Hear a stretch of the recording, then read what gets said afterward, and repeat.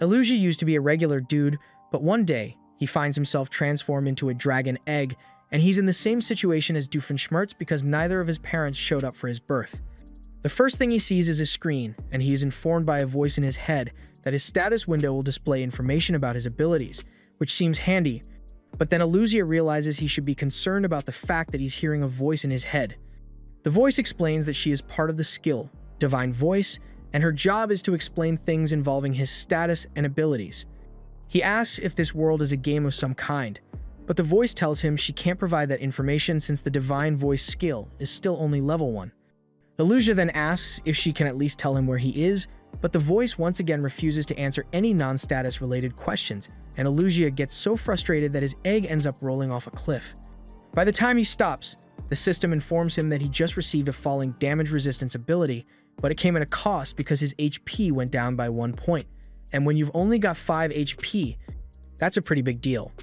Illusia ends up rolling over to the edge of a lake, and there, he sees his reflection for the first time in this world, and this is when he realizes that he is a literal egg. The system informs him that he is a dragon egg, an F-rank monster, and if his shell is somehow destroyed, he will die. Illusia is already upset about the situation, but to make things worse, the system tells him that dragon eggs are powerless and single-digit IQs, so rolling around is pretty much all he can do right now. They do have the potential to become a fearsome dragon once they hatch, but if you've ever watched Nat Geo Wild, you know the odds of surviving without turning into a protein snack are really low. Illusia starts freaking out, and all his shaking causes him to start rolling down the hill, but he ends up falling off another ledge and his HP drops to 3, so he decides to stay put for the meantime because he can't risk taking any more damage. By nightfall, Illusia's HP has finally regenerated, so it's safe for him to start moving again. He breaks into a slow roll across the floor, and as he does so, he starts thinking about what his life as an egg is going to be like. Being an egg may suck, but sooner or later, he's going to hatch into a dragon and become extremely powerful, so he decides to make that his mission. However, as he is rolling through the forest, he ends up coming across another creature. He gets a little closer to take a look and finds out that this thing is called a dark worm, and according to its stat screen, it has the title of Egg Eater. Yeah, this isn't good. Illusia immediately starts rolling away for dear life, but at the speed the worm is chasing him, simply running away isn't going to be enough to get him out of this mess. The worm currently has 8 health points, which is more than Illusia's max health, so if he tries headbutting it, he's going to die first. Just then, he remembers that he received some fall damage resistance earlier today, so he decides to use that to his advantage and lures the worm over a nearby cliff before tricking it into jumping off with him. By the time they both hit the ground, Illusia is still in one piece thanks to his fall resistance and the fact that he landed on top of the worm's body, so the system informs him that he has received 12 experience points for successfully killing the worm. As a result, he has leveled up and met the requirements for evolution, so the system then shows him the evolution tree and asks which path he would like to take, the baby dragon tree or the little dragon tree. Illusia has no idea what the difference between the two is, so the system starts explaining to him that little dragons are a dwarf species of dragon, but while they may be small compared to other dragons, it can still grow to around the size of a bear, and it also has a deadly fire-breathing ability. In contrast, the baby dragon doesn't really have much going for it aside from the fact that it has the potential to evolve into many different dragon species, but it does taste really good with soy sauce, so Illusia might end up in an episode of Delicious in Dungeon if he chooses that one. Illusia really isn't interested in becoming a meal, so the little dragon seems like the safest option to him, but just as he is about to choose, he hears a voice telling him that he needs to grow stronger and aim for the top. This voice was completely different from the system's voice, and he has no idea where it came from, but it seemed to be referencing his evolution choice. The little dragon may be the safest choice right now, but the baby dragon has more potential for growth down the line, so even if it may be a risky play, Illusia decides to go with the baby dragon evolution tree. After the evolution is complete, all of his stats go up by a decent amount, but his HP wasn't fully regenerated, so he still needs to rest to restore it. Just then, Illusia's stomach begins to rumble, and his eyes start wandering over to the worm's corpse because it looks really appetizing for some reason. Illusia assumes that this must be his baby dragon instinct at work because he would normally never consider eating a worm, but it's not like he has many options for food right now, so he decides to go for it, and it tastes just as bad as he thought it would. The next morning, Illusia wakes up after taking a nap, and his health has been fully restored, but he still has to deal with the fact that he's a baby dragon now. He has no idea why he was reincarnated into this world, who was responsible for it, or even who he was before he was reincarnated. He is fairly certain that he used to be human, but he can't remember any clear details of what his past life was like. Just then, Alucia notices a group of dark worms gathering behind him, and now that he is no longer an egg, he is able to fight back and slice them to bits one after the other.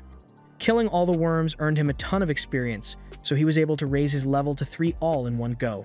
This level jump allows him to access the baby fire-breathing ability, so he uses it to kill even more worms until he eventually reaches level 7.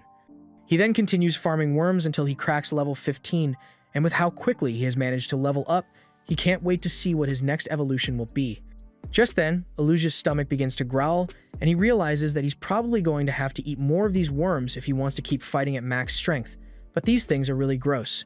He wants to try eating something else instead, so he looks around and eventually spots some mushrooms on the ground that look pretty tasty, but then he's reminded why you never eat random forest mushrooms. Those things were riddled with poison, and he barely managed to survive just now, but it did grant him a poison-resistant skill, so it wasn't a complete waste of time.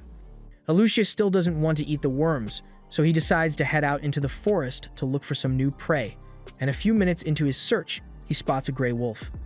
The wolf is bigger than he is, but Alucia's stats are higher, so he decides to go after it and starts running alongside the wolf. He then fire punches it to death, and after inspecting the corpse, he realizes that he can use his flames to grill the meat. A few minutes later, Alucia is holding a perfectly cooked piece of wolf meat, and it's the best thing he has tasted ever since arriving in this world. He wants to get more of it, so he decides to start hunting wolves exclusively so he can eat their meat once he is done for the day. Thanks to all his hard work, by evening, Alucia has reached level 20, and his next evolution is set to take place once he reaches level 25. However, the rate at which he levels up slows down the higher his level gets, so it won't be as easy going forward. On the bright side, since he has been using his baby breath so often, he has gotten pretty good at grilling meat, so his food situation is solved. Though, he wishes he had someone to talk to besides the system since she never answers any of his important questions. Just then, Alucia hears voices coming from nearby in the forest, and he may not understand what is being said, but it means there are other people here, so he goes to check it out. The voices were coming from a group of humans, and Alucia wanted to go talk to them, but that would be difficult to do as a dragon. Individually, none of the humans are as strong as Alucia, but they do have the numbers advantage, so exposing himself to them might be risky, but he doesn't want to be alone forever, so he decides to go out anyway. Unfortunately, he forgot about the fact that baby dragon meat tastes great with soy sauce, so the second the adventurers see him, they immediately attack for an easy meal. He tries to tell them he doesn't want to fight, but he can't speak their language, so one of the humans slashes him across the chest, and the other uses a lightning spell to stun him. Alucia realizes this was a huge mistake, so he tries to run away, but the lightning has already made his legs go limp, so there's nothing he can do. The adventurers begin closing in to finish him off, but at the last second, the girl with them steps in to stop them because she feels bad for Alucia. The next time Alucia opens his eyes, he sees the girl healing his wounds, and he is sincerely grateful that she chose to defend him. The other two don't understand why she cares so much about a random dragon that could have been their meal for the night, but if she wants to keep it alive, they aren't going to stop her. Alucia takes a look at her stat screen and finds out that her name is Miria and she is an Earth human. She's also using the last of her MP to heal him right now, and Alucia has already regained mobility in his legs, but he knows that Miria will likely leave once she realizes that he is healed, so he pretends to be hurt a little longer. Alucia still doesn't understand the words Miria is saying, but from listening to her, he received a skill called Greek language, and if he levels it up, then he will be able to understand her better. Just then, Alucia hears loud screams coming from further into the forest, and he realizes it must have been the other adventurers who were with Miria. For them to have screamed like that, there must be a ridiculously strong monster nearby, and if that's the case, there's no way they survived an encounter like that.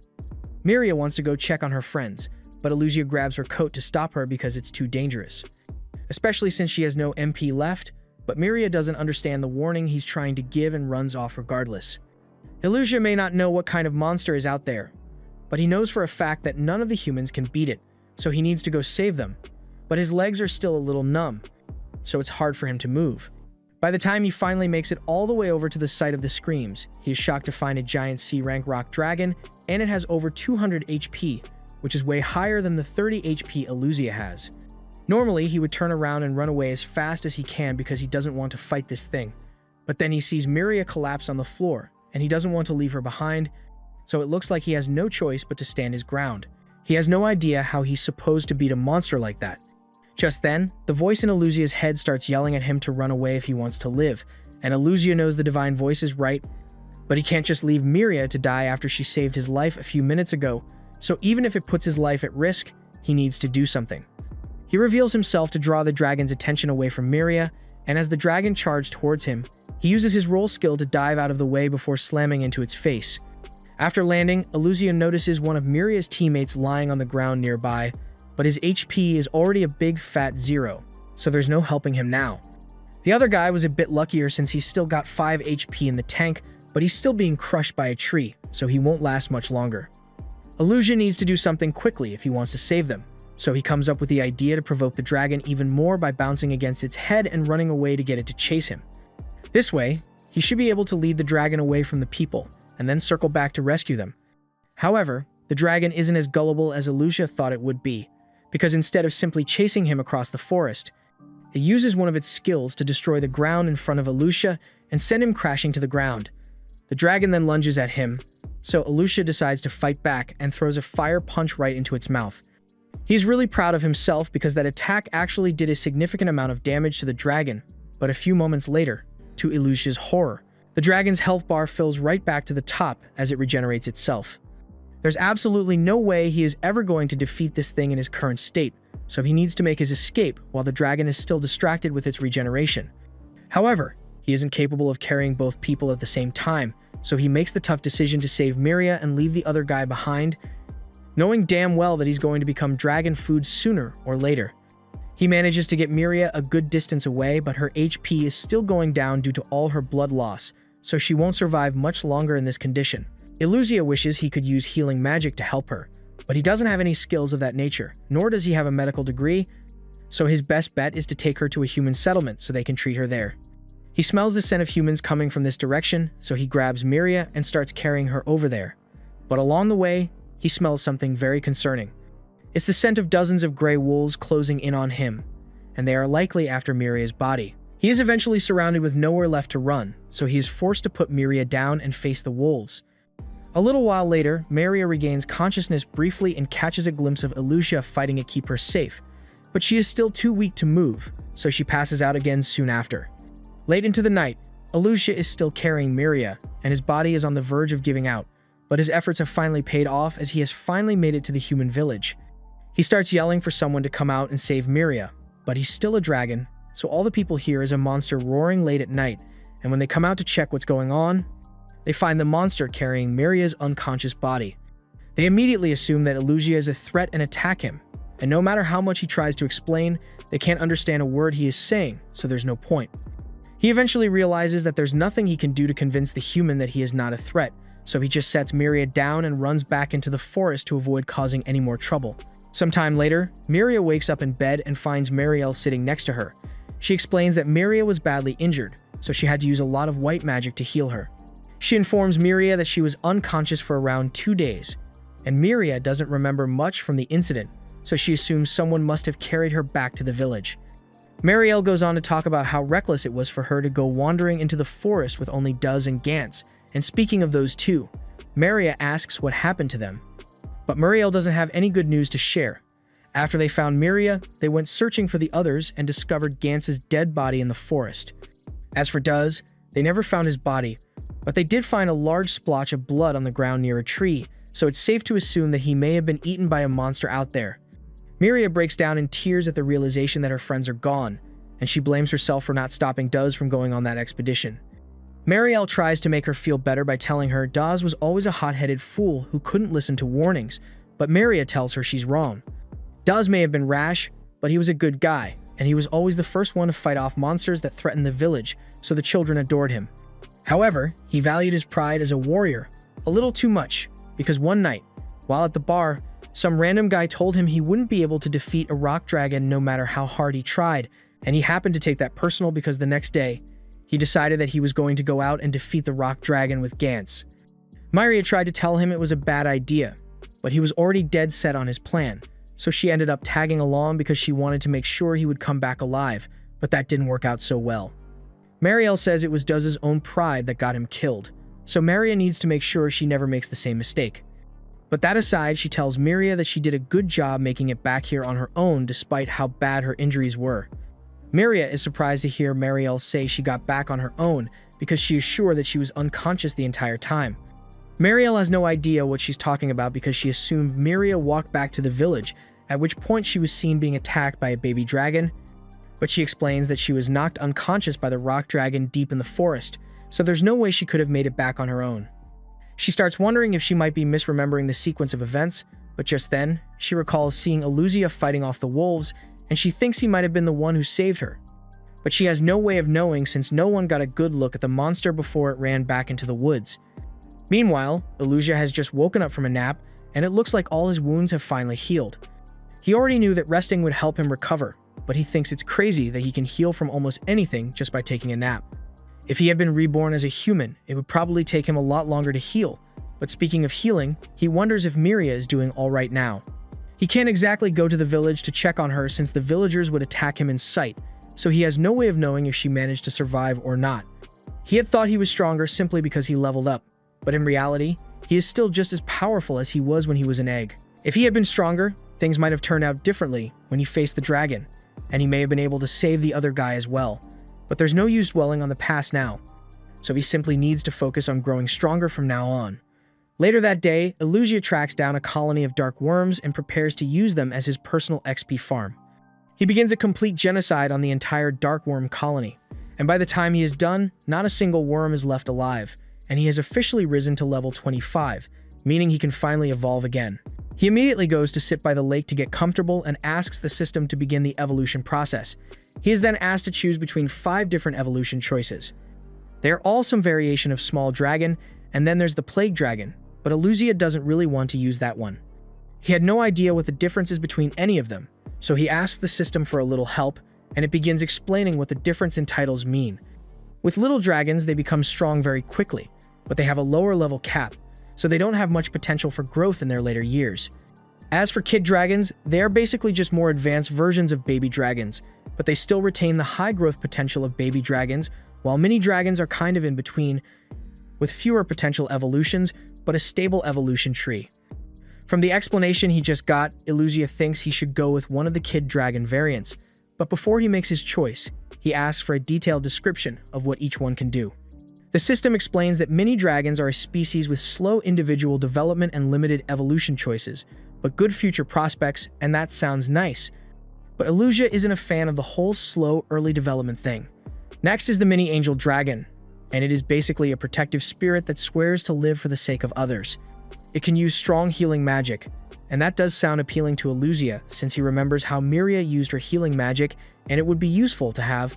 But the mini angel dragon also has extremely limited combat potential, so it wouldn't be very useful in a fight, and he needs something that can survive this harsh forest. The next option is the kid dragon, and the system informs him that it is pretty much the same as his baby dragon form, but with all the stats greatly increased. Likewise with the kid marble dragon, but the main difference there is that it possesses a mutation that gives it a polka dot pattern and a high affinity with magic. Iluzia is leading toward the kid marble dragon on this one since the idea of strong magic sounds really good to him, but then the system goes on to explain the details regarding the young plague dragon. It is the first stage of an evil dragon that spreads disaster, but Iluzia stops the system right there because he doesn't want to be an evil dragon at all. People are already wary enough around him as it is, so if he becomes something with spreading disaster in its description, he's never going to make any friends.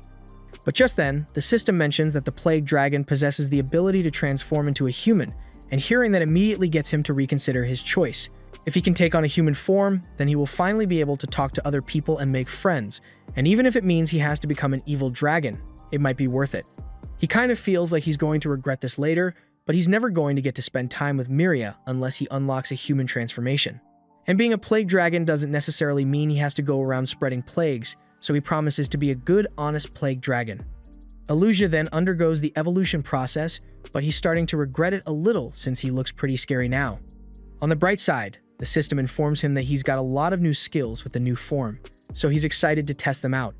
The system tells him that he has unlocked the power of flight and venom fangs, as well as the skill of disease, breath, and paralysis, but he's not too happy about those.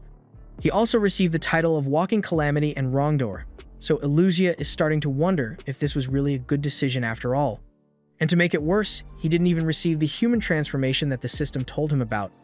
He starts panicking because the whole reason for this transformation was so he could become a human, but the system refuses to explain how he's supposed to do that, so he's pretty much screwed. He lies by the lake in despair for a while, but there's no point in staying upset about the situation forever, so he decides to make the most of what he's got and starts checking out his skills. He is also curious about where the divine system voice is coming from, but the system refuses to answer questions like that, so he changed topics and asks about one of his skills called Dragon Scale Power. The system explains that by flapping his wings, Illusia can create a deadly miasma that will negatively affect anything in the area, and at max level, it would be strong enough to wipe out an entire nation. Illusia really doesn't like the sound of that, so he decides to give the power a little test, and sure enough, as soon as he opens his wings, a flower nearby instantly wilts. He's pissed because this skill basically makes him a walking bioweapon, and no human would want to get close to him like this. The system then goes on to explain Illusia's second skill, Disease Breath, and it is basically what you would expect. Getting hit with that breath will give you a random disease anywhere from COVID to cancer, so it is capable of wiping out entire civilizations. This really isn't going to help Illusia's goal of becoming a good guy, but there's at least some hope left because he earned a title called the Itty Bitty Hero back when he saved Miria. The system explains that the title is earned by showing modest courage and kindness towards another, and it could one day lead to earning the full hero status, which comes with a significant damage boost. He hopes that if he levels this title up, then he will be able to avoid becoming an evil dragon, but he's still got other titles to worry about. The title of Wrongdoer is earned by leaving a mountain of corpses in your wake, which Illusia kind of deserves after what he did to those wolves. This title slightly increases damage from dark attribute attacks, but it also makes learning healing spells harder, and Illusia throws a tantrum after hearing that because he really wanted to learn some healing magic. Meanwhile, over in the human village, Miria is currently helping Marielle perform maintenance on the wards that are placed all around the village. These wards basically broadcast a message that subconsciously causes monsters to stay away from this area, but it isn't perfect since any monster with a particularly strong will could make it through if it had a goal in mind. Miria asks Marielle if that means the monster they mentioned came here intentionally, but she has no way of knowing since she wasn't there at the time. Miria still has memories of Illusia defending her, so she can't shake the feeling that he is trying to help, but she's still not sure.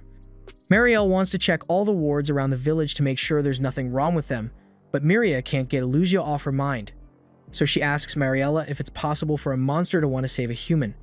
Marielle is starting to worry that Miria might be developing furry tendencies based on how much she talks about monsters now, but she denies it and says she's just curious and wanted to learn more about monsters.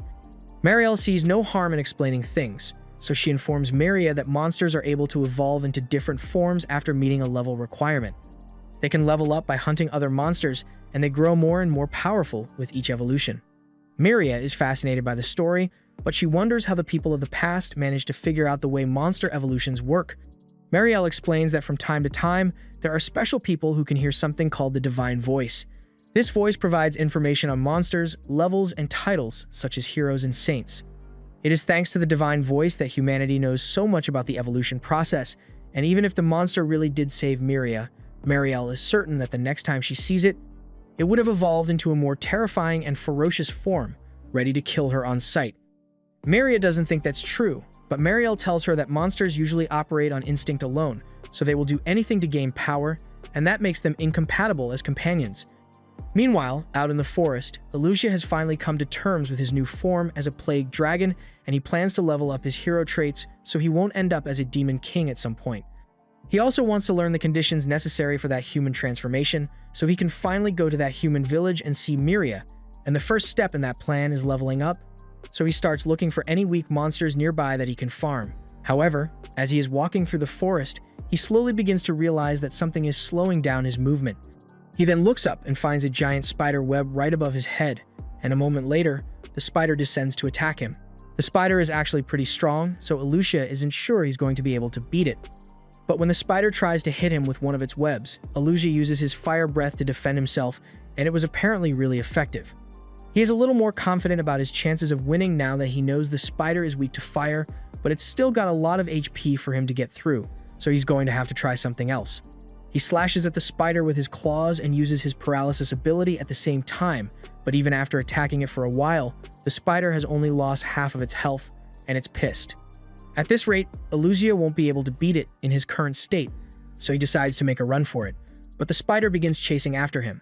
He tries to escape using his fly skill, but for some reason, it doesn't work, so he's stuck on the ground for now. 10 minutes later, the spider is still chasing him, and it must really be committed to taking Illusia out because it hasn't even slowed down for even a second.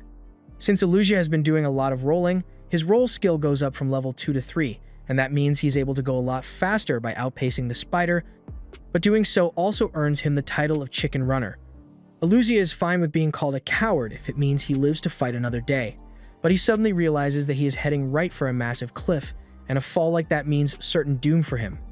He considers turning to the right, but then the spider would keep chasing him, so his best bet is to make it to the other side of the ravine. He still doesn't understand how his fly skill is supposed to work, but as long as he's able to gain enough height with his jump, he can ride the air currents with his wings and glide all the way to safety. However, just when Illusia thought he was finally safe, he looks back and discovers that the spider built a web bridge to cross the ravine, so it's still hot on his trail. As Illusia continues running, his roll skill goes up to level 4, and that's nice and all, but it doesn't really help his current situation. Along the way, Illusia happens to come across a gray wolf, and since he's going too fast to stop, he ends up running it over, earning himself a few extra expertise points and raising his plague dragon level from 1 to 3. The same thing keeps happening with monsters all over the forest, and every time Illusia runs them over, his level increases, so before long, he has reached level 8. With how much his stats have increased, Illusia thinks he might be able to beat the spider now, so he stops running and prepares for a fight. He's still not sure what skills it has, so he asks the system to do a quick scan, and it's pretty much what you would expect from a spider: silk web, paralysis, venom, and something called double poison. Illusia isn't sure what double poison is supposed to do, but he doesn't think it's going to be a problem. He's confident that if he can get close enough, he can take the spider out with another fire blast. However, he probably should have been more careful with his approach, because the spider activates its double poison ability, releasing a cloud of poisonous gas. Illusia is still able to move since he has a little poison resistance, but the spider doesn't know that, so it is just sitting there, expecting Illusia to pass out from the poison eventually. Illusia decides to take advantage of this and pretends that the poison is working on him just so he can lure the spider in, and as soon as it is close enough, he hits it with a huge blast of fire, burning it to a crisp. As a result of his victory, Illusia's level goes all the way up to 14, but he still doesn't have access to the human transformation yet, and he's not sure what he's supposed to do. After complaining for a while, Illusia kills a wolf for dinner tonight and prepares to find a tree to spend the night, but that's when he notices a cave opening nearby. The cave looks like it's empty, so he thinks it will be perfect as his new base, and he moves in right away. By nightfall, he prepares the wolf meat and starts roasting it over a fire, but he recalls that he found a few herbs in the forest earlier today, so he adds them to the meat, and they surprisingly taste a lot like pepper. He loves it because this is his first taste of actual spice since he got to this world, and he ends up earning the title of Mr. Chef as a result. He starts to wonder if he can win people over with his cooking skills, but he knows that would never work. After all, who would trust food served by a plague dragon? His best chance at earning their trust would have been while he was still a cute baby dragon, but with how he looks now, he doubts Miria would even recognize him. Speaking of Miria, we find her at a bar in the village, and she just heard a rumor that Duz was spotted somewhere in the forest. The old man says he was out fishing when he saw Duz walking nearby, but he looked kind of like a zombie, and he wouldn't respond to his voice. So the man did the smart thing and stayed the fuck away instead of investigating. Miria freezes up when she hears this, because even if it sounds suspicious, she still feels partially responsible for not being able to save Duz and Gantz, so she wants to go check it out. Marielle immediately shuts that down because she knows how bad situations like this can go, but she can see that Miria is really bothered by this, so she agrees to contact the Adventurers Guild and have them send some adventurers to check it out for them. The next morning, in the forest, Illusia wakes up early and is prepared for another day of aggressive XP farming, but all of a sudden, he spots a moving puddle on the floor. He assumes it must be a weak monster, so he tries to scan its stats, but when he does so, the system starts glitching out because his level isn't high enough to comprehend that thing's abilities. The slime attempts to attack Illusia, but he manages to run away at the last second. After making it a good distance away, he finally takes a break, and he still has no idea what that thing was, but it doesn't take a genius to figure out that he probably shouldn't mess with it if he values being alive. He decides to search for prey in a different section of the forest for today, and as he is wandering around, he ends up coming across a little pot next to a tree. He thinks this is a lovely find since he might be able to use it to store fruits for later, but the second he touches the pot, it comes to life and attacks him. The Poltergeist is a D-rank monster, so Illusia tries to take it out with a fire punch, but unfortunately, that punch did almost nothing in terms of damage, so Illusia starts spamming attacks in hopes of whittling down its health over time. He does manage to reduce the pot's health by a lot, but just when he thought he had won, the pot heals itself, completely restoring all its lost HP. Illusia is starting to get really frustrated, so as a last-ditch effort, he grabs the pot and decides to throw it off a cliff to finish it off since there's no way it can swim. This was apparently very effective, since a moment later, Illusia receives some XP for defeating the pot monster. Unfortunately, it looks like the other pots in the area weren't a fan of how Illusia treated their buddy a moment ago, so they all combine themselves to form the lamest-looking fusion Illusia has ever seen. The pots seem to think they are making themselves look more intimidating by doing this, but in reality, they are just making it easier for Illusia to smash them. So he takes advantage of the opportunity, and a few moments later, he has gained over 500 experience points and reached level 30. His stats also went up by a huge chunk, but unfortunately, he didn't get any usable pots after the whole ordeal since the pots all shattered the second he defeated them. He would really like to find something to store all his fruits and veggies in sooner or later, and just as he is thinking this, he happens to hear something walking by. The system informs him that the creature he is looking at is a clay bear. It's D-rank, just like Illusia, so he thinks he stands a decent chance at beating it. And more importantly, if it is really made entirely of clay, then after defeating it, he can use the leftover clay to make a pot for himself. He might even be able to create some furniture for his little cave, so this is an opportunity he can't pass up. He starts sneaking up alongside the bear while keeping his presence hidden, and once he has successfully claimed the high ground, he completely gives up his stealth advantage by yelling as he jumps down to attack the bear. The bear hears all the yelling and turns around to figure out what it is, at which point, it spots Illusia heading straight for it. But instead of panicking, it just opens a giant mouth on its stomach and Illusia freaks out the moment he sees this. He knows the monster is made out of clay, but if it's called a clay bear, then it should at least be a little more bear-like. The bear lunges at Illusia, so he starts running away while taking pop shots at it, and surprisingly, he manages to do a fair bit of damage to the bear, but unfortunately, the bear has a special ability to handle situations like this, so in the next moment, it completely heals all its injuries. This is really bad for Illusia, since if this thing can regenerate, then that means he needs to take it out in one shot, but at his current level, he doesn't have any moves that are strong enough to one-shot this thing.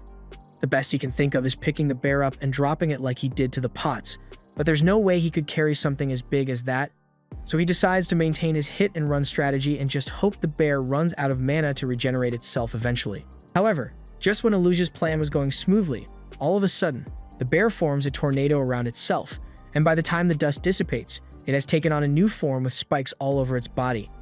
Illusia doesn't think this is fair, because how is he supposed to hit the bear with his roll attacks now when it's got thorns? He won't be able to slowly drain the bear's HP anymore, but on the bright side, it looks like the transformation drained a lot of its mana, so it won't be able to heal itself as often as before. The bear breaks off one of its spikes and hurls it at Illusia, which he managed to dodge in time, but then he notices that the spike started losing its shape once it was no longer connected to the clay bear, and that gives him an idea. He runs over to the bear, and when the time is just right, he twists off one of the bear's arms and starts molding it into a little ball. He then jumps into the air with that ball and prepares to strike the bear with as much force as he can muster, completely destroying it in one go. As a result, he receives a ton of experience points and goes up to level 33 in no time. He also unlocks a new skill called the Nutcracker as a result, which doesn't sound very cool to him, but it is accurate. And to top things off, he finally has the clay he needs, so he's ready to head back home and start making some stuff. Before long, he has finished forming his first clay bowl, so he creates a makeshift kiln and puts it in there to bake for a little while. In the meantime, he plans to go get himself some food, so he heads out into the forest and begins foraging for some plants. He finds a few mushrooms near the trees, and the system informs him that these things are lightning mushrooms. They aren't able to bear any fruit and tend to leach nutrition from other nearby plants, but those stolen nutrients make it very delicious. That said, it does have a slight paralysis effect, so he needs to be careful about that. Illusia knows he doesn't have resistance to paralysis, so he decides to skip the mushrooms this time around. He continues searching for some good plants to eat, and he ends up coming across an interesting pink one, but it turns out to be a carnivorous flower, so he chops it down in an instant. The system informs him that the carnivorous flower is a rare plant that can eat animals, However, it can digest salt, so most of it gets stored in the white pouch at the plant's base. This is really good news for Aluja since this means he can finally use some salt in his meal prep, even if the salt source may be a little gross. Meanwhile, over in the human village, Miria is disobeying Mariel's orders and heading out into the forest despite the danger because she believes Dawes might still be alive, and if that's the case, she wants to find him. She has no guarantee that what the old man said was true, or if it was really Dawes, but she feels so guilty about not stopping those two from going into the forest by themselves and facing dangers they were not ready for. That's exactly why she decided to go into the forest by herself, where she will likely face dangers she's not ready for. But what's the worst that could happen? Back on Aluja's end, he finds another set of mushrooms, and these ones can apparently walk and attack once they reach full maturity. But until then, they are just a bunch of regular mushrooms growing out of the ground, and that makes them perfect for Aluja's dinner. He also spots another group of mushrooms nearby, and these ones apparently have an A-rank value. The system informs him that it is insanely valuable, so if cultivated properly, they can earn you a fortune. And Aluja is excited to hear all this. But when he asks the system to tell him what the mushrooms actually do, the system explains that the mushrooms are used to make drugs, and Aluja immediately burns all of them to the ground because he's not trying to become a drug dealer. While that's going on, Miria is still making her way through the forest, and she's forced to hide from all kinds of monsters because she has no way of fighting them on her own, yet she is still pressing forward. As for Aluja, he is still out foraging for food, and he happens to come across some berries growing along a tree. The berries are B-rank value spice that is highly sought after among nobility, and it's worth so much that it's basically the saffron of this world. Aluja had no idea the fruit in this forest could be so valuable, but since he's got a steady supply, he's eager to go home and try it with dinner tonight. Miria is still on her way into the forest, and she's starting to get second thoughts about this because going any further into the forest would be a little too dangerous. After all, you never know what kind of terrifying monster may be lurking deep in those woods, waiting to devour her. Meanwhile, the terrifying monster in question is busy geeking out over his massive haul of berries. Miria decides that it might be safer to take a look around the outskirts of the forest before risking her life by going too deep, which is probably a good idea. Later that night, Aluja sets up some glow mushrooms in his cave for some natural lighting, and his clay bowls are finally done baking, so he can finally use them to cook. He picks up all the ingredients he gathered throughout the day and throws them in the pot to make himself some stew, and he is really glad he found that salt earlier because it makes the food taste so much better. This is the first real meal he has had ever since coming to this world, and while his cooking skills may still need some work, this is the first time he has gotten to feel like a normal person in a while. He's still got a bunch of clay left over, so he plans to make a few cups as well, and maybe even decorate the inside of the cave a little. The next morning, we see a carriage passing through the area with two passengers, and they turn out to be the adventurers who were sent by the guild to investigate the strange monster activity that has been going on in this forest recently. Later that day, Aluja returns to his cave after a successful hunt, and we see that he has been quite busy with his craft since his room is filled with all kinds of pottery now. He has also begun butchering wolves and collecting their pelts so he can make proper clothes later. He has gotten pretty used to living in this world by now, and he's even started preserving food so he doesn't have to worry about hunting every single day. Unfortunately, he hasn't figured out how to keep the random creatures from eating it all while he's not looking, but he's got an idea now. He plans to make a special batch of jerky loaded with every single poisonous plant he can find, so all those monkeys will think twice the next time they touch his food. He goes out looking for any poisonous ingredients he can find, and he ends up wandering into a field of colorful flowers as a result, but while out in the flower field, he runs into a monster he has never seen before. The system tells him this monster is called the Venom Princess, and it possesses a myriad of poison-related skills, so Aluja stays on guard around it. Unfortunately, the lizard managed to distract him long enough to sneak up behind Aluja and bite him in the shoulder, and even though Aluja has some poison resistance, the Venom Princess's poison is no joke, so before long he passes out on the floor from all the pain. This poison is a lot stronger than anything Aluja has ever experienced before, so even with his poison resistance, he's going to be a goner in no time if he doesn't figure out a way to deal with this. He hasn't found any antidote plants of any kind around here, so he looks over to the Venom Princess and hopes the system can give him some useful information on it so he can cure the poison before it's too late. According to the system, the Venom Princess is the type of monster which hunts by poisoning its target and then waiting for them to die before feasting on their carcass. The princess's poison comes as a byproduct of the many poisonous plants that they consume on a regular basis, but as a result, their body also naturally produces an anti-venom. This means that if Aluja manages to capture the Venom Princess, he can get the antidote from its body. But figuring out how to catch it isn't going to be easy. Illusia can still move a little thanks to his poison resistance. He suspects the Venom Princess is hiding nearby, waiting for the poison to finish him off. Realizing this, Illusia decides to make it look like he's running away. If the princess thinks its meal is escaping, it won't want to miss the chance and will give chase. That's when Illusia plans to use his roll ability to outpace it, turn the tables, and catch it off guard. But unfortunately, it turns out that the Venom Princess is also capable of using the roll ability, so there goes the outpacing idea. But Illusia quickly comes up with another plan and decides to lead the Venom Princess over to that cliff from before so he can surprise it.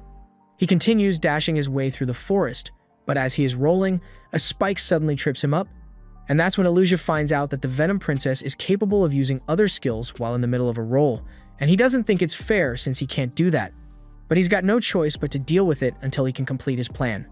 A few moments later, Illusia managed to lure the Venom Princess over to the cliff and knock it out of its roll, but while he's proud of himself for executing such a flawless plan, he soon realizes that there's one major flaw. If the Venom Princess falls to the bottom of the ravine, he won't be able to get any of the antidote in its body, meaning he would die. He can't let that happen, so he dies down after the Venom Princess. But just when he thought things couldn't get any worse, he suddenly feels the poison taking effect on his body, and his vision is starting to blur.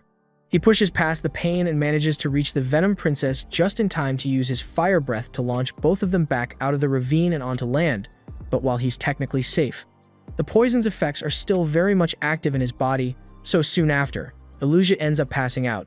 Meanwhile, on Miria's end, she spent all day searching the outskirts of the forest for Daz, but she couldn't find any trace of him, and as she is returning to the village, she hears the voice of Marielle calling out to her, so she walks out of the bushes and acts as if nothing happened.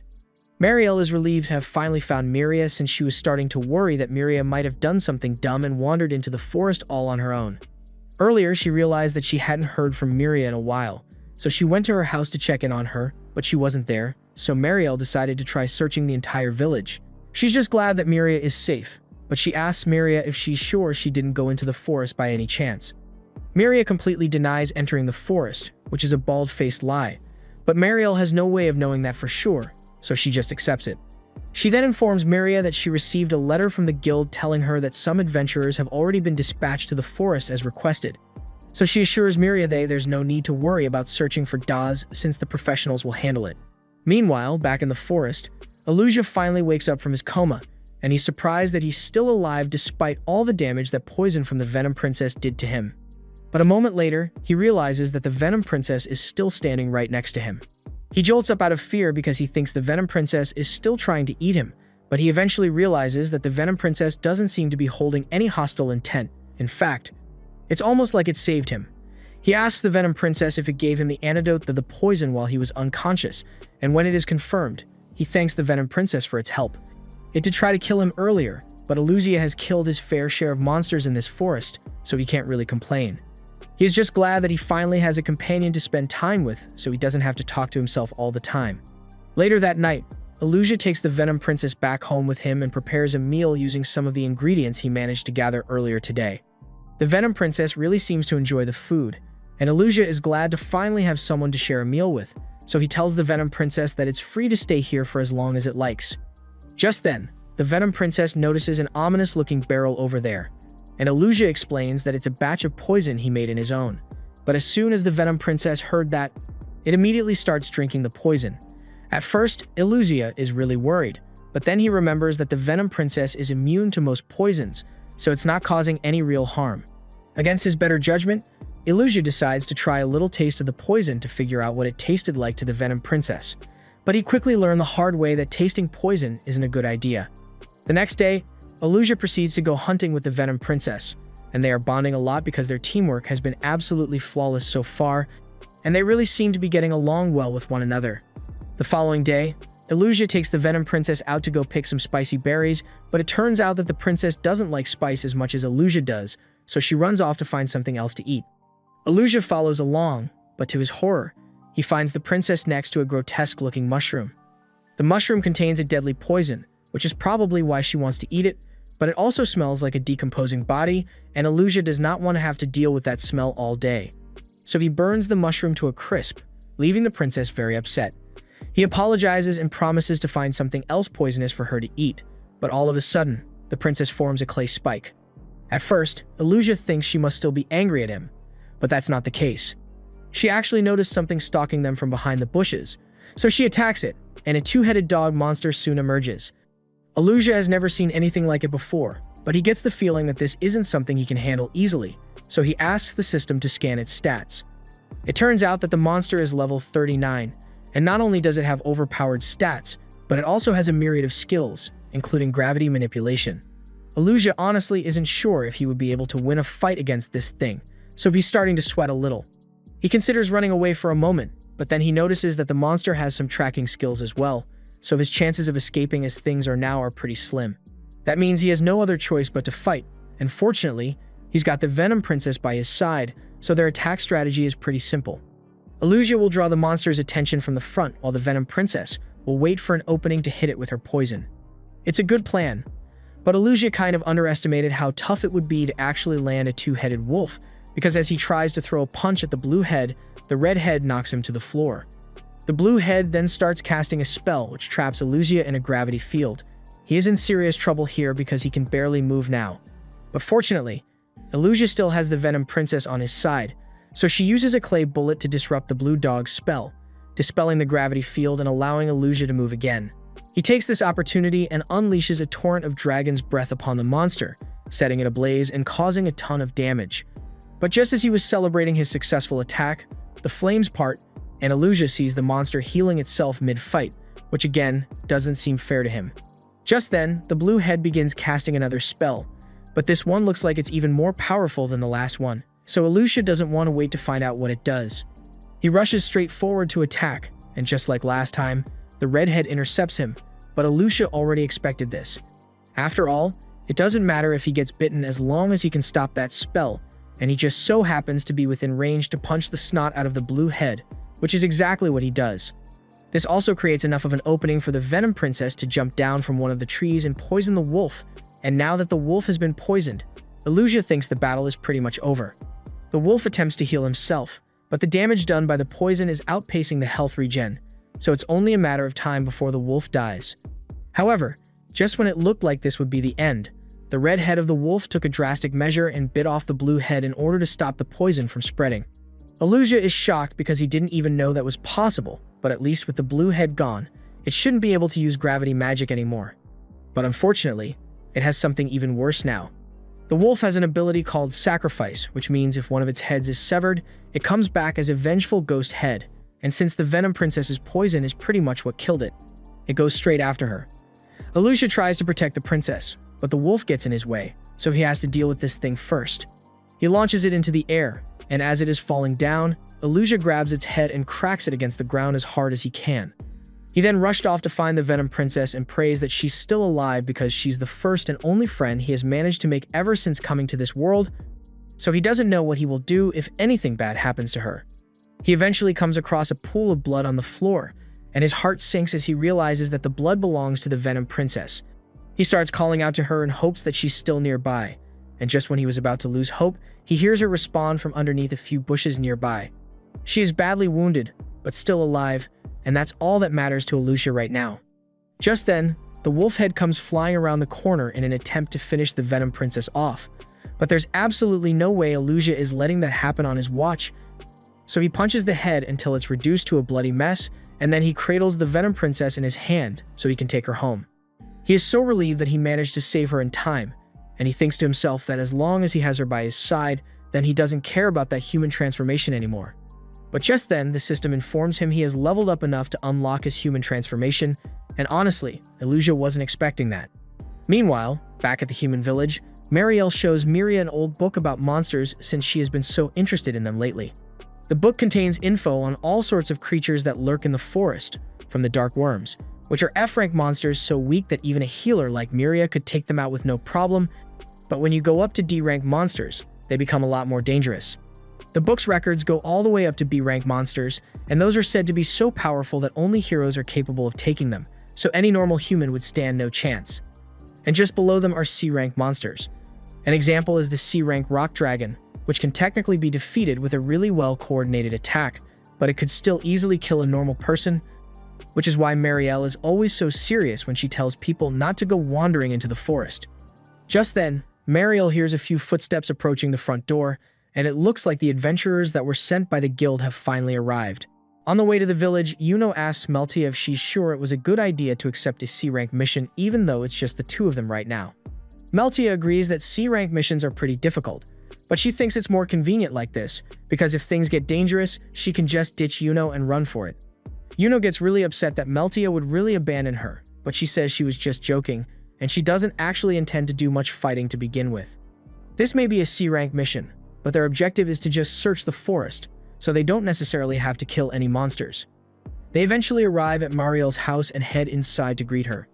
Marielle gives them the details of the mission and explains that a man named Dawes recently went missing in the forest after fighting a rock dragon, and Miria feels responsible for the situation, so Marielle suspects that she has been sneaking out into the forest to search for him, believing he's still alive. To put a stop to it before Miria ends up getting herself hurt, Marielle wants Meltia and Yuno to go into the forest and look for evidence of Dawes' death. Ideally, it would be best if they found his body, but worst case scenario, they could just search the forest for a couple of days and come back to report that they didn't find any evidence that Dawes was alive. Meanwhile, in the forest, Aluzi wraps Princess in a bunch of herbs to help her wounds heal quickly, and while she's resting, he decides to head out because he's excited to finally try out his human transformation skill. He does think it's a little ironic that he gained the ability as soon as he decided he didn't need it, but he's not going to turn down the opportunity to interact with humans. Though, he's a little worried that he might end up turning into a cute girl, since that's how transformations usually end up, but he will cross that bridge when he comes to it. He activates the human transformation ability, but as his body morphs, instead of getting a real human body, he just gets a slightly taller dragon body that's extremely chopped looking. And on top of being ugly, their form also cuts his attack power and HP in half while simultaneously eating up his MP to maintain the form. It's completely useless as far as Aluja is concerned, and he feels like he was scammed by the system once again, so he returns to his full dragon form and just lies there in defeat. Meanwhile, elsewhere in the forest, both Meltia and Yuno have just managed to defeat a spider monster together, but it took a lot of the wind out of their sails, so they are running low on energy now. They continue searching through the forest, but it has gotten pretty dark now, and the monsters in the area are getting stronger the deeper they go. Yuno really doubts that any human would be able to survive out here in conditions like this, so she thinks it's pointless to keep searching for Dawes, but a moment later, they come across Aluja's cave, and no matter how they look at it, the statues outside the cave look like they were man-made. Yuno suggests that it may have been made by some dragon worshippers, but Meltia doesn't think the people in the village seem like the kind to have that type of religion, so there's definitely something going on here. Just then, Yuno smells something good near the entrance, and after looking around for a bit, she spots the meat that Aluzia had hung up on the tree. And this leads Meltia to believe that there must be a human nearby, so she decides to investigate the cave for any other oddities. Upon entering the cave, Meltia's suspicions are confirmed as they find all sorts of lights, fur, and stored fruit in the room. Yuno notices that one pot in particular holds a fruit known as red gold because it is so valuable that most people never even get to see it in person, and Yuno is tempted to take some for herself. But Meltia stops her because doing so might get them in trouble. Someone clearly lives here, and as far as they know, this place could be a hideout for thieves, so Meltia would rather not get mixed up in shady business. Just then, Princess wakes up from her nap, and she immediately turns hostile to the two random humans who walked into Aluja's home. She is about to attack them, but at the last second, she stops and turns to leave the cave. Meltia and Yuno have no idea why the Venom Princess decided to leave them alone, but they are both relieved because a single bite from that thing would have been an instant death sentence for them. Meltia suggests they should get out of the cave before the princess decides to come back, but unbeknownst to her, outside the cave, Aluja is currently pacing back and forth, wondering how to handle this first interaction with humans. He saw them enter the cave a few minutes ago, so he sent a message to Princess to make sure she wouldn't harm them. From what he saw, one looks like a female knight while the other is a dog-type demi-human, and he's hoping that they are impressed by how much he has decorated his interiors, so he will have something to talk about. However, a moment later, he remembers that he's still a dragon, and they will probably be terrified the moment they see him, assuming he's a monster there to attack. So he comes up with an idea and decides to use the human transformation. After all, since demi-humans exist in this world, there's a chance that they might accept him as a really ugly-looking lizard person. He eventually activates the transformation and approaches the girls, but immediately after saying hi to them, Both Yuno and Meltia get absolutely terrified. So Yuno knocks him down with her mallet, and Meltia hits him with the sword skill. Illusia is still mostly unharmed since he's a little stronger than the two of them, and as soon as Meltia realizes that they stand no chance against him, she tells Yuno they need to make a run for it, leaving Illusia disheartened over his failed attempt to socialize. A few minutes later, Meltia and Yuno finally stop running, and they are relieved that Illusia isn't chasing after them, but they aren't sure what to do now. Yuno suggests they should head back to the village and report what happened, but Meltia doesn't think that's a good idea since if they return now, they will have virtually nothing to report related to their mission. So for now, she decides to call the remaining members of the party for help since they will need more manpower if they want to go any deeper into the forest. The next morning, Illusia wakes up after a good night's sleep and grabs some of the meat he hung up in the trees for breakfast. He is still a little bummed out about how things played out yesterday, but he knows exactly how to cheer himself up. He recalls how those stupid forest monkeys kept stealing all of his meat, so he goes up to Princess and asks her for a little favor. He says he wants her to poison a batch of the meat he prepares so when those monkeys try to steal it, they'll end up dead. Princess is a little surprised by Illusia's request, but she agrees to do it anyway, and a few moments later, a batch of colorless and odorless poison is produced. Illusia is impressed because if he didn't know better, he would think this was a bowl of water, and Princess is really proud of herself. Afterward, Illusia douses a bunch of meat in the poison and hangs them out before waiting for the monkeys to take the bait, and soon enough, they fall for it. One of the monkeys has already passed out from the poison and is writhing in pain on the ground, while the other three look really confused. Illusia then takes the opportunity to jump out and knock the other monkeys to the ground as payback for all the times they stole his meat. However, the monkeys refused to go down without a fight, so they all surrounded Illusia and prepared to launch a coordinated attack to overwhelm him. But unfortunately for them, Illusia wasn't alone. By working together with Princess, they are easily able to take the monkeys down once more, but Illusia probably should have finished them off when he had the chance, because one of the monkeys gets back on its feet and starts making a loud whistling sound that's the equivalent of Megumi calling Big Raga for help. A moment later, Illusia senses something big coming his way, and before he knows it, the alpha monkey has shown up, fully intent on defending its pack. Illusia is a bit intimidated since he wasn't expecting to trigger a boss fight like this, but there's no way out of this. So he decides to take a look at the monkey's stats so he can see what he's up against. The alpha monkey's stats are for the most part on par with Illusia's stats, but there's one key advantage it has. The alpha possesses several skills that strengthen its followers, and that means the rest of the monkeys have become serious threats now. The monkeys are a lot faster and stronger than they used to be, and even with Princess helping him, the battle is still not in their favor. In fact, she gets grabbed and was nearly flung into a tree at one point, but he was able to save her at the last second. Illusia is seriously starting to worry that Princess might end up getting hurt like last time, so he needs to find a way to end this with no losses. He begs the system to give him some information on the Alpha, and he is informed that the Alpha is an evolved version of the orangutan monkeys, and it became the leader of the clan by defeating the previous clan leader in combat. That information was absolutely useless to Illusia, but he does recall seeing a telepathy ability amongst the Alpha's many skills, so he realizes he might be able to communicate with it. But first, he needs a negotiation chip, so he grabs the monkey that was poisoned earlier and holds his claws up to its neck. The Alpha sees this and stops his subordinates from attacking so it can activate its telepathy skill and ask Illusia what he's doing. Illusia tells the Alpha that the monkey he is holding hostage is currently under the effects of Princess's poison, and in due time, it will surely die, but as long as the Alpha is willing to let them go. Princess will administer an antidote. This seemed like a reasonable deal to Illusia, but the Alpha immediately refuses because he has deemed Illusia and Princess to be too much of a threat to be left alone, so he plans to eliminate them regardless of how many monkeys he may need to sacrifice. This really isn't good since Illusia can't guarantee that he and Princess will win against the Alpha and his monkeys, but that's when he comes up with the idea to challenge the Alpha to a duel. According to monkey traditions, the leader is required to accept any duel requests, and failure to do so will act as proof that the Alpha is a bitch, so he accepts Illusia's proposal. But he has one of his monkeys grab Princess beforehand to make sure she doesn't interfere in the duel. Illusia is relieved that he managed to turn this fight into a 1v1 since he should have better odds of winning now, but beating the Alpha still isn't going to be easy because he's got certified jungle hands. Illusia gets knocked around by the first few punches before realizing he cannot compete in raw strength, so he starts trying to roll away to create space for himself. This move greatly annoys the Alpha since running away is very disrespectful to the nature of a duel, so he tells Illusia that if he doesn't start fighting back soon, then who knows what might happen to Princess over there. Illusia realizes he needs to do something quickly, so he launches himself into the air with his roll, and while coming down, he uses his momentum to build up enough force to discombobulate the Alpha. He then uses the Alpha's resulting state of confusion to his advantage and lands several dozen blows on the Alpha's body, taking off a significant chunk of the Alpha's health. That did a lot more damage than he thought it would, and Illusia is starting to feel good about his chances of winning here, but just when he was about to go in for a finishing blow, the Alpha suddenly let out a terrifying roar, and Illusia recognizes this as the telltale sign of a second phase, which has him spooked.